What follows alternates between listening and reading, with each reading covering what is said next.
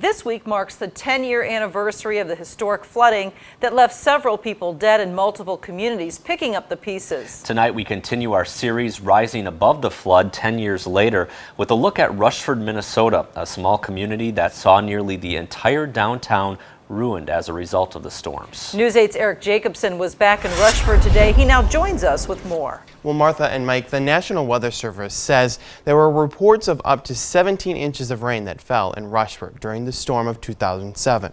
The flooding from nearby Rush Creek ruined nearly all of the buildings in downtown and left the school covered in mud and debris. But now the town looks much different than it did 10 years ago.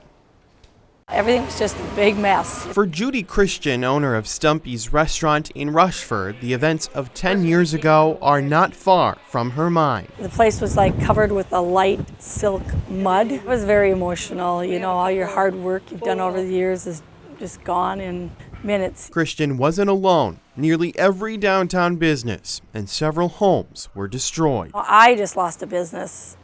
I didn't lose my home, where it's a little more personal. 10 years later, as you can imagine, there was lots of muck everywhere. The Rushford-Peterson School District, which passed a referendum in 2014 to replace their school damaged from the flood, is finally ready to move into their new school. The flood was kind of the motivation that spurred us forward to seek what we're standing in today. With workers putting the final touches on the school, district officials say it's only fitting they officially open the building this Saturday, which marks 10 years to the date of the flood. It's a little ironic that 10 years from the anniversary date, that we'll be able to open this facility for our community. Like many businesses in this town, Christian's restaurant reopened, thanks in part to the volunteers and the support from the community. People would stop in every day regardless and just say, no, you got to come back. We need you back in town, you know, and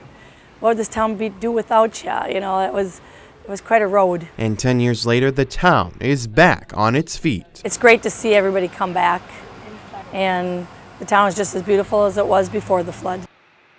Now, the ribbon cutting ceremony for the new Rushford-Peterson School will be this Saturday at 10 a.m. A short ceremony will be held. Following that, visitors will be able to tour the new school.